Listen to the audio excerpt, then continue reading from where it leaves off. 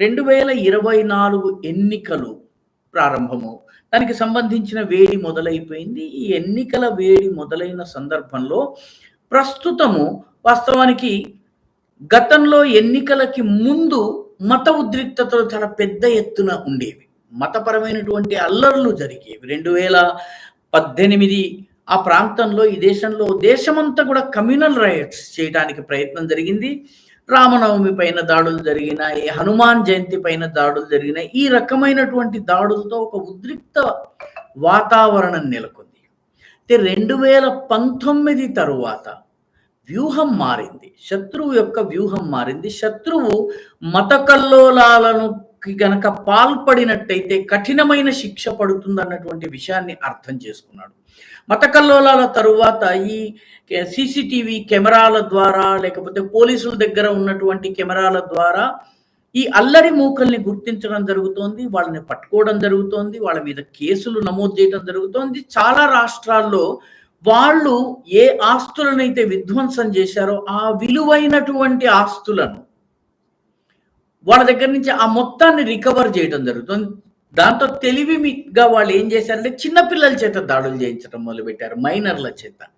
అంటే మైనర్ల మీద కేసులు ఉండవు అన్నటువంటి ఉద్దేశంతో. అయితే ప్రభుత్వాలు, రాష్ట్ర ప్రభుత్వాలు ముఖ్యంగా, ఎందుకంటే లా అండ్ ఆర్డర్ రాష్ట్ర ప్రభుత్వాల బాధ్యత. రాష్ట్ర ప్రభుత్వాలు ఉత్తరప్రదేశ్, మధ్యప్రదేశ్, బీహార్, మిగతా రాష్ట్రాలలో, గుజరాత్ ఇటువంటి రాష్ట్రాల్లో మైనర్లు గనక అల్లర్లకు పాల్పడినట్లయితే, మైనర్లు గనక ఆస్తిని ధ్వంసం చేసినట్టయితే తండ్రులు, తాతలు ఎవరైతే ఉన్నారో వాళ్ళ దగ్గర నుంచి వసూలు చేయటం మొదలుపెట్టారు, రికవర్ చేయటం మొదలుపెట్టారు.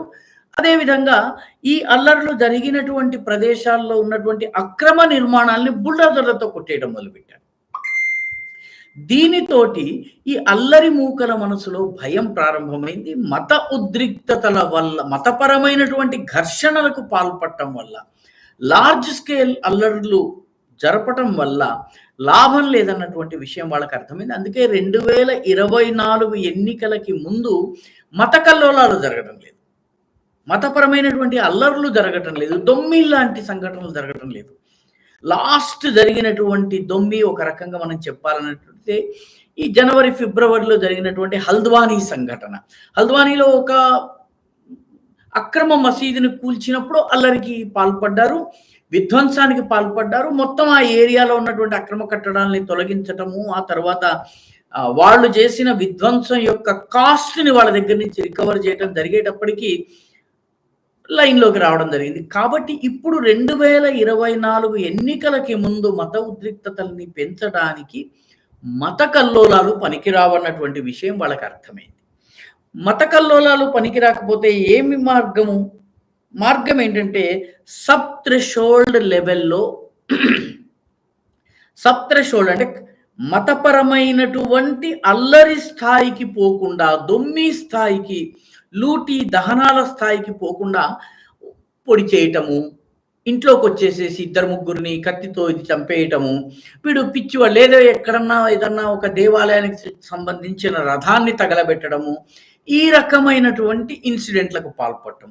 పోలీసులు పట్టుకోగానే ఇతను మతి స్థిమితం లేనివాడని చెప్పడం, లేకపోతే ఇతను ప్రేమలో విఫలమయ్యాడని, అమ్మాయి పెళ్లి చేసుకోనందని ఇలా చేశాడని, ఈ రకమైనటువంటి కథలు అల్లి దాడులు చేయటము, అల్లర్లు చేయటము, టెన్షన్లు సృష్టించటము కొనసాగుతుంది. కానీ ఇది మతపరమైన ఘర్షణ స్థాయికి వెళ్లకుండా సబ్ థ్రెషోల్డ్ లెవెల్లో దీన్ని ఉంచేటటువంటి ప్రయత్నం జరుగుతోంది. ఇటీవలి కాలంలో జరుగుతున్నటువంటి సంఘటనల్ని కనుక మనం చూసినట్లయితే ఆ రకమైనటువంటి మనకి ఇది చాలా సులువుగా అర్థమవుతుంది. ఉదాహరణకి బెంగళూరులోని రామేశ్వరం కేఫ్లో ఒక పేలుడు పద్ధతి సంభవించింది కొన్ని రోజుల క్రితమే.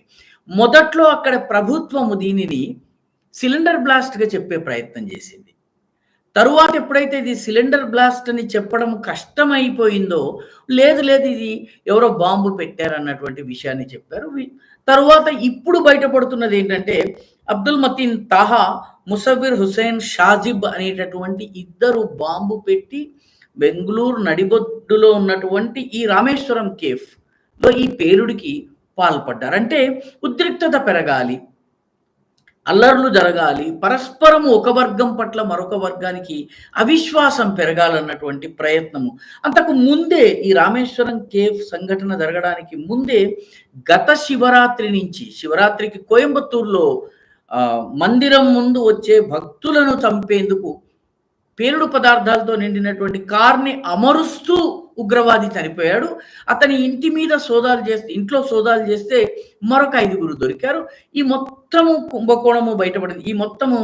ఈ ఉగ్రవాద ముఠా మొత్తం బయటపడింది. దాని తర్వాత మనకి షిమోగాలో, బెల్లారిలో, మంగుళూరులో ఇటువంటి సంఘటనలు జరిగాయి. మంగుళూరులో కూడాను ఒక బాంబుని ఒక టిఫిన్‌లో పెట్టి ఆటోలో వెళ్తున్నటువంటి సమయంలో ఆటోలోనే అది పేలిపోవడంతో ఆ వ్యక్తి గాయపడ్డాడు. బాంబు తీసుకెళ్తున్నటువంటి వ్యక్తి గాయపడ్డాడు. అతను కూడా ఈ కోయంబత్తూరుకు చెందినటువంటి ఉగ్రవాద సంస్థలతో సంబంధం ఉన్నటువంటి వ్యక్తి. అదేవిధంగా ఈ తరహా సంఘటనలు ఇటీవలి కాలంలో అయోధ్య రామజన్మభూమి ప్రాణ ప్రతిష్ఠకి కొంచెం అటు ఇటుగా మీరా భయందర్ ముంబైలో హిందువులు తీసుకెళ్తున్నటువంటి యాత్ర పైన దాడి జరిగింది.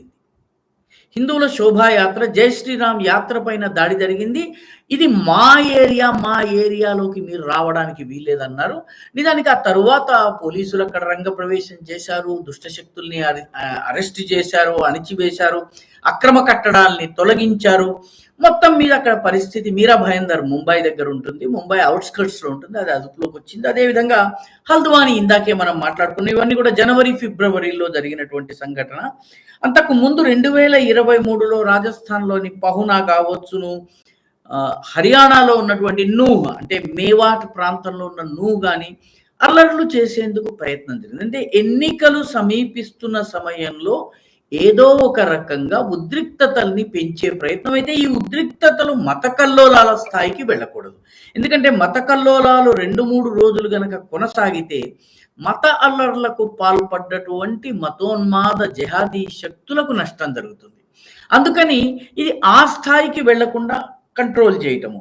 ఉదాహరణకి ఇటీవలే 14th మార్చ్న ముజఫర్ నగర్లో నదీం అనే వ్యక్తి అఫ్జల్ అనే వ్యక్తిపై ఇంట్లో దొంగతనం చేయడానికి వెళ్ళాడు. అఫ్జల్ అతన్ని చితకబాదాడు. దీంతో నవీన్‌కి చాలా గాయాలయ్యాయి. అయితే ఒక వర్గం మీడియా దీన్ని ఎలా ప్రచారం చేసిందంటే భారతదేశంలో హిందువుల ఆధిపత్యం ఉన్నటువంటి భారతదేశంలో ముస్లింలకు భద్రత లేదు అని చెప్పి నేషనల్ అండ్ ఇంటర్నేషనల్ ప్రచారం చేశాయి. కొట్టినవాడు అఫ్జల్, దెబ్బలు తిన్నవాడు నదీం అయినప్పటికీ కూడాను దీన్ని హిందూ దుండగులు చేశారన్నటువంటి ప్రచారం చేసే ప్రయత్నం చేశారు. మొత్తానికి అది బయటపడిపోయింది. బదాయూं కేసు మనందరం చూసాం. ఉత్తరప్రదేశ్లోని బదాయూంలో పసిపిల్లల్ని అనేక సార్లు పొడిచి గొంతు కోసి అత్యంత కిరాతకంగా చంపినటువంటి సంఘటన జరిగింది. వాస్తవానికి దీని ద్వారా ఆ ప్రాంతంలో ఉద్రిక్తతల్ని పెంచటము ప్రధాన లక్ష్యంగా కనిపిస్తోంది. ఎందుకంటే వేరే ఏ కారణం లేదు. ఆ వ్యక్తికి చనిపోయినటువంటి పిల్లల తండ్రికి తల్లికి కానీ ఎటువంటి గొడవలు లేవు. కేవలం ఉద్రిక్తతల్ని పెంచాలన్నటువంటి ఉద్దేశంతో ఈ సంఘటన జరిగినట్టుగా కనిపిస్తోంది. మార్చి 22వ తారీఖు అంటే ఒక రోజు ముందు, అంటే ఈరోజు 23, నిన్న మార్చి 22 గుజరాత్లోని భరూచ్ ప్రాంతంలో ద్వారకా మఠానికి చెందినటువంటి పీఠం పైన దాడి చేయటమే కాకుండా మా మతాన్ని వ్యతిరేకించే వాళ్ళ తలలు తెగవేసేస్తాము అన్నటువంటి స్లోగన్స్ రాసినటువంటి పత్రాలని విసరటం జరిగింది. వాళ్ళని అరెస్ట్ కూడా చేశారు. ఆ వ్యక్తి ప్రస్తుతం జైల్లో ఉన్నారు. ఇవన్నీ కూడాను స్పష్టంగా ఎన్నికలకి ముందు రిలీజియస్ టెన్షన్స్ని పెంచేటటువంటి ప్రయత్నాల్లాగా కనిపిస్తున్నాయి. అంటే ఇవి అల్లర్లుగా మారినట్లయితే నష్టం కాబట్టి అల్లర్ల దాకా దీన్ని తీసుకువెళ్లకుండా ఈ ఉద్రిక్తతలు పెరగాలి, దీని ద్వారా ముస్లిం ఓట్లు పోలరైజ్ కావాలి, ఇవన్నీ ఒక పక్షానికి పడాలి అన్నటువంటి ప్రయత్నం ఏదో జరుగుతున్నట్టుగా కనిపిస్తోంది. 2024 ఎన్నికలకి ముందు ఈ తరహా సంఘటనలు జరుగుతాయి. అదేవిధంగా రోహింగ్యాలు చాలా పెద్ద ఎత్తున ప్రవేశించటము, వాళ్ళకి ఓటర్ కార్డులు ఇప్పించటము, గుర్తింపు కార్డులు ఇప్పించటము, ఆధార్లు ఇప్పించటం, ఇది కూడా చాలా పెద్ద ఎత్తున జరుగుతుంది.